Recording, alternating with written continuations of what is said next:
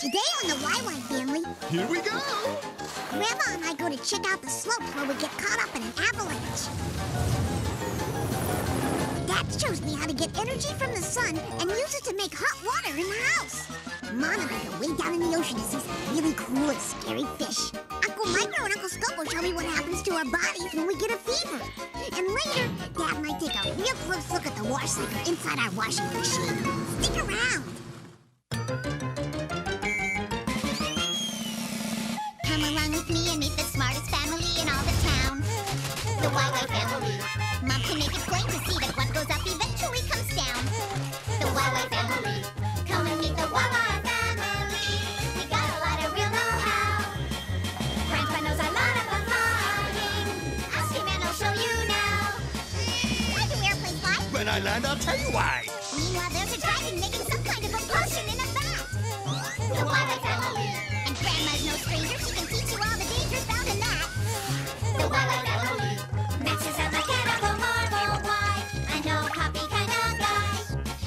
Maybe he can show you the answer now. If you want to take a look inside.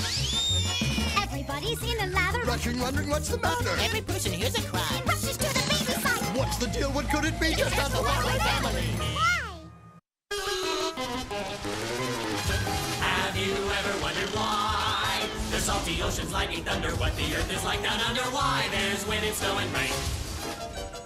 Let Eartha and Basalt explain. Who wants to ski off the main trails? I do. Oh, no. If you're off the regular ski trail, it can be very dangerous. There's always the risk of an avalanche. Oh, rats. We can go look at the giant slalom. That's where the skiers go to race. Cool. Here we go! Grandma, why are there avalanches? Victor, remember that big house of cards you built the other day? Yeah. It fell over just when I had it perfect. Well, snow is a bit like your house of cards. Snowflakes are piled on top of one another, just like your cards. That's how we stand all day long. When there are too many snowflakes, the balance is upset. Hey, watch it! However, everywhere else, the snow is piled high and loose. If you ski on it, you risk triggering an avalanche. Really? How? Sometimes snow freezes on the surface. I have the most incredible feeling of deja vu again. When a skier passes over the ice, it gives way. Ooh, yeah. Oh, nice. Oh, great. Heads up.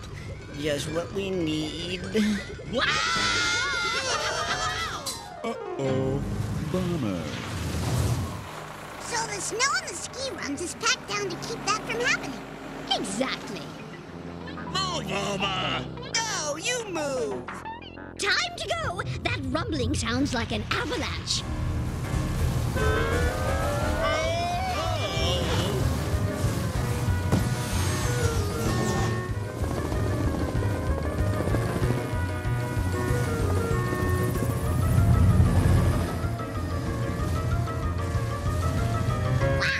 That was close. You know, boys, this probably isn't part of your vacation package.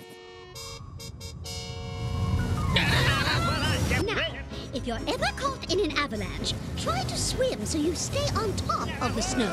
If you are buried under the snow, dig a hole to get some fresh air and to get oriented. Here's my pizza. Isn't there a way to avoid avalanches? No, but they can be monitored. A cannon can be fired into the snow to deliberately trigger a small avalanche. Well, why would anyone want to do that? To prevent a larger avalanche from happening when the snow piles up. And now, let's go see the giant slalom. Oh, no. I'm breaking down!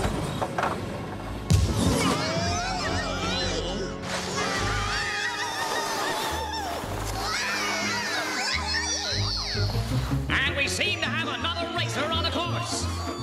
But he doesn't have a number. Wait, there seems to be 3 of them on one set of skis. Oh, it's a racing team!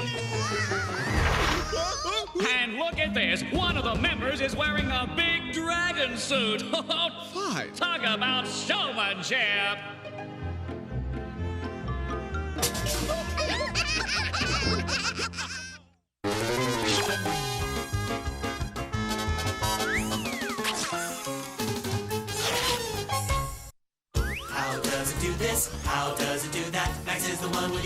electronic knack.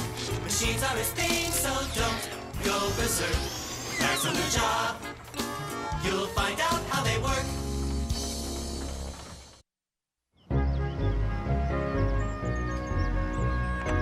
So the tomatoes were $1.89 a pound. 12 cans of dog food at 80 cents a can. Oh, hi, guys. What you doing? Zygo's double-checking the grocery bill. I was. The calculator has stopped working.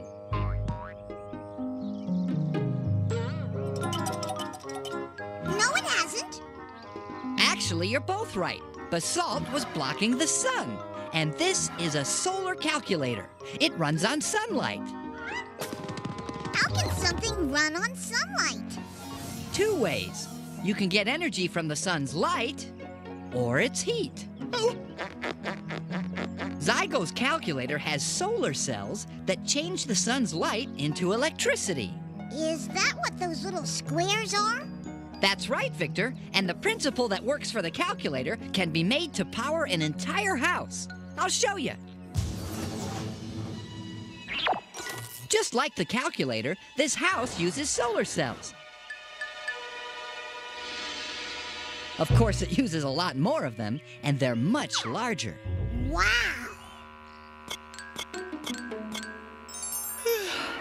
Yes?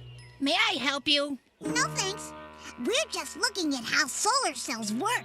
It all begins with photons. Those are the tiny particles that make up light. The sunlight must have a lot of them. What do they do?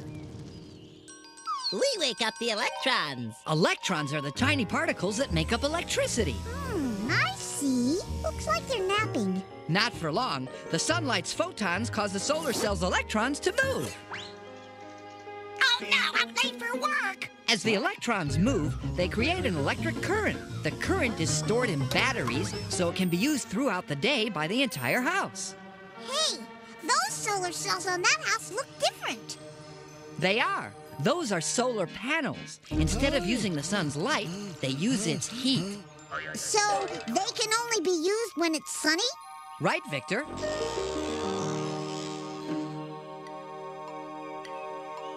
Look!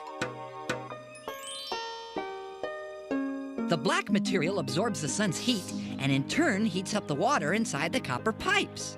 The hot water then circulates into a large storage tank which absorbs the heat. Then cold water flows out of the tank and back to the solar panels where it heats up. And the whole thing starts all over again. Right! What happens to the water in the tank? It goes to the rest of the house every time someone turns on the hot water faucet. Hey, Dad, how come we don't use solar energy all the time? Well, it's kind of expensive to set up, but that should change over the next few years. I know. I'll start saving my allowance so we can get solar cells for our roof. That's a great idea, Victor.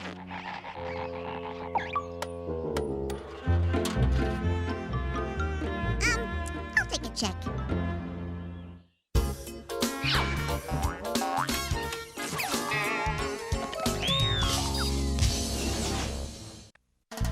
Hey, the questions that you have are not too serious. The animals and plants are not so mysterious, so have no fear. Everything will be made clear. Vanilla, Quake, and Quack are here.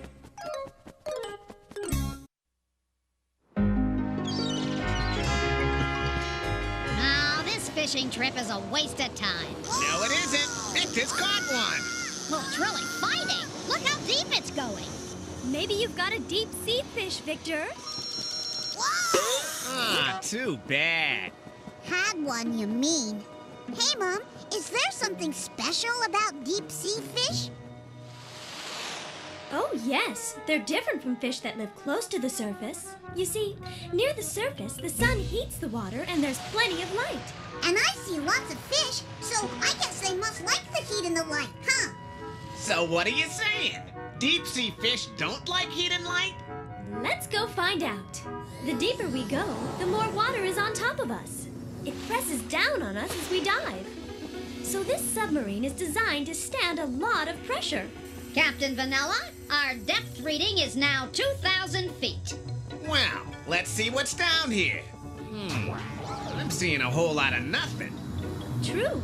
There's very little light this far down. Pardon me, have you seen my wife by any chance? I don't think so. Oh, I've just got to find her. She has a traveler's check, you know. Anyway, because it's so dark, the fish have developed special features to survive down here. I think I see one now. I think you do too. Those fish have a special organ called a photophore that enables them to produce their own light. This lets them recognize each other and helps them hunt for food. How? Their light attracts other fish. And when those fish get close enough... Gee, I'm sorry I asked. Hang on! It's all right. It's only a sperm whale swimming up for air. The ship cannot take much more of this, Captain. Only a sperm whale? Because whales are mammals, it needs to swim back to the surface to breathe. When it's ready to feed, it'll swim back down here. A lot of deep-sea fish also swim up to the surface, but they're looking for food, not air. So if they have to swim up for food, does that mean there's nothing to eat further down? Well, there are fewer living things further down, but there are still some types of fish. Hey, it's even darker. How far down are we now? 3,000 feet. Whoa! Too far down for any light to penetrate. It looks like that fish doesn't have any eyes. But other fish have developed huge eyes so they can take advantage of even the tiniest bit of light. For fish that can't see, they found us easy enough. That's because they're very sensitive to vibration. Ah! Look at the teeth on that one! Since there's not much to eat down here, this one always keeps its mouth open so it can catch everything it bumps into. And its stomach can stretch to hold lots of food. Speaking of lots of food, has anyone noticed it's dinner time? Then let's head for home. Hey, Mom, what are we having for dinner tonight? Oh, I thought we might have fish. Oh, that's just perfect.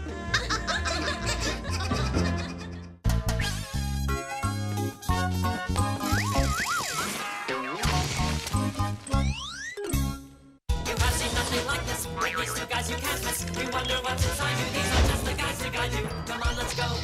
Let's go, let's go. These guys are in the know. Micro and Scopo. Max, what's wrong? What's the matter? I don't feel so good. Well, let's check your temperature.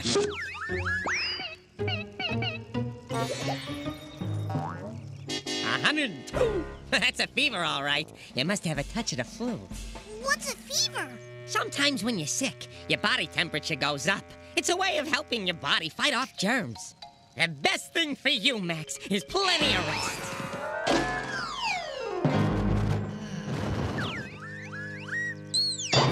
Anyway, Victor, a fever is like an alarm signal.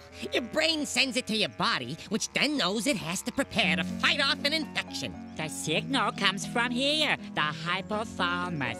It's the part of your brain which controls your body temperature. The normal body temperature is around 98.6 degrees Fahrenheit. But depending on the circumstances, it may go up or go down. Imagine you're feeling cold. Uncle Scopo's shivering. That's because his hypothalamus has told his muscles to contract. Shivering produces heat and increases the temperature inside Scopo's body. And that helps him withstand the cold outside. And you taught me sweating cools us off. Good for you, Victor. As the sweat evaporates, it cools our skin. But Max doesn't look like he's fighting very many germs. Now that's where you're wrong. Fighting off germs wears our body down. That's why we sleep a lot when we're sick. Let's get a closer look. Where are we, Uncle Micro? We're in a vein. Germs circulate in the bloodstream. There's a virus! How is the body going to fight it? That's handled by the white corpuscles. They move all around our body and spot intruders. You just hold it right there, varmint. As soon as it launches its attack, the virus starts multiplying. And before you know it, you got millions of viruses attacking your body. As soon as a white corpuscle has identified a virus, it sends a signal to the hypothalamus. How? The white corpuscles secrete specific substances which travel up to the brain and trick the hypothalamus into thinking it's cold. What's going on? The hypothalamus has ordered the muscles to start shivering to raise Max's body temperature. Our body temperature goes up to 102, 103, 104 degrees Fahrenheit. And germs don't like heat. Well, what happens to the viruses? The white corpuscles catch them. Once the virus has been identified, a special white corpuscle commando starts searching for it all over the body. Intruders!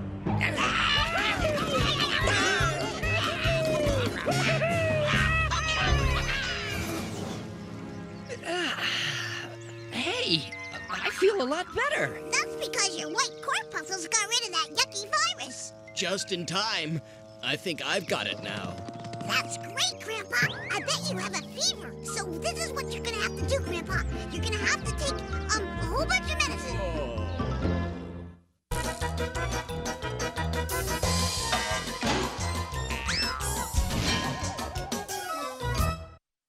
How does it do this? How does it do that? Max is the one with the electronic knack. Machines are his thing, so don't go berserk. Max on the job. You'll find out how they work. Hey, what are you doing to Zygo? Run, Victor, before they get you too. Oh, stop it, Zygo. It's only soap and water. We'll have you all cleaned up in a jiffy. Dad, how does soap get you clean? Come over here, Victor, and I'll show you.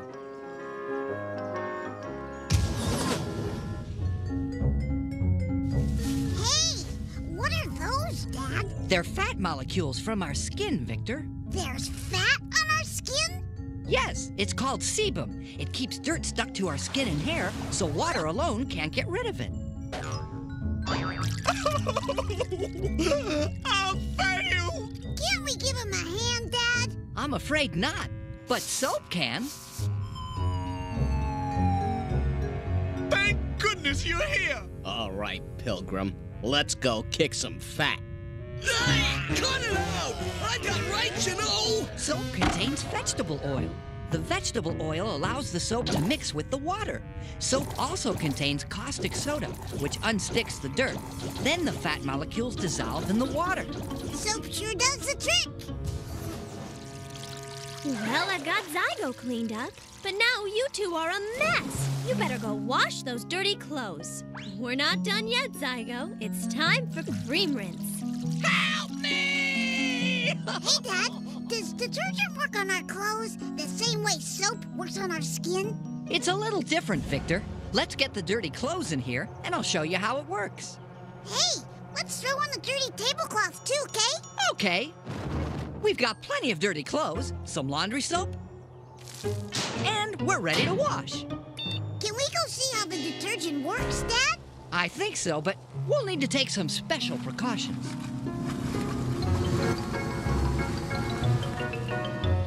There's an exciting-looking grease stain. Hey, if our skin makes fat that keeps dirt stuck on it, what keeps the dirt stuck on our clothes? Well, the stains on our clothes are a mixture of grease and dirt. The detergent contains special cleaning agents. Hey, guys, ready for some serious cleaning? I'll say. When these cleaning agents mix with the water molecules, they start eating away at the grease. Just like when the soap broke up the fat molecules on Zygo's skin? Yes, the water and the cleaning agent pull off or dissolve the grease stuck to the clothes. And the dirt is pulled off along with the grease. Then the detergent breaks it up, just like the soap did. Yep. Hey, a storm! It's the spin cycle. Time to go.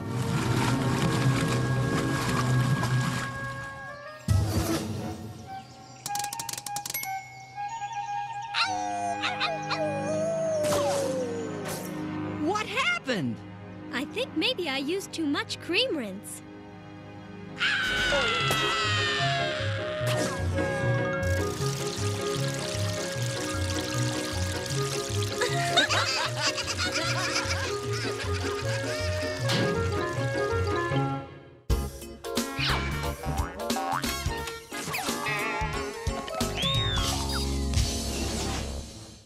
Well, Victor, what'd you learn today? Oh, tons of neat stuff. I learned that sometimes we trigger small avalanches on purpose to keep bigger ones from happening.